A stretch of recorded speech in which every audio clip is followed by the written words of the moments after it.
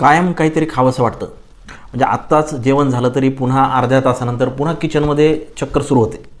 आणि अगदी घरातले लोकसुद्धा म्हणतात, अहो आत्ता सर तुमचं जेवण झालं आहे ना, आत्ताच तर ताट वाढलं होतं ना, पुन्हा भूक लागली.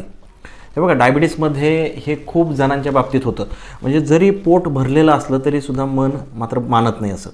याचं महत्त्वाचं कारण म्हणजे आपण जे काही जेवतो त्याच्यातून आपल्या शरीराला जी काही साखर मिळत असते, जी ग्लुकोज मिळत असते, ही ग्लुकोज रक्तामध्ये तशीच राहते, परंतु ती शरीराच्या पेशींपर्यंत ती पोहोचतच नाही. म्हणजे थोडक्यात सोप्या भाषेमध्ये सांगायचं तर तुमच्या ज्या काही रक्तवाहिन्या असतात त्याच्यामध्ये साखर भरपूर असते, परंतु ती मात्र शरीराच्या पेशींमध्ये पोहोचतच नाही. त्यामुळे शरीराच्या पेशी भुकेल्या राहतात, त्यामुळे त्यांना ऊर्जाच मिळत नाही.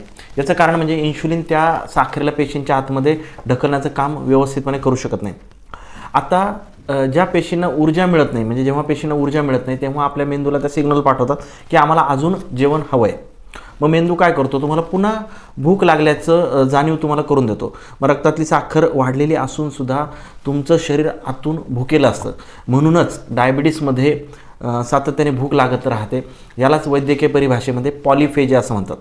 त्यामुळं लक्षात ठेवायचं की ही भूक तुमच्या पोटाची नसून ती पेशींच्या ऊर्जेची भूक असते.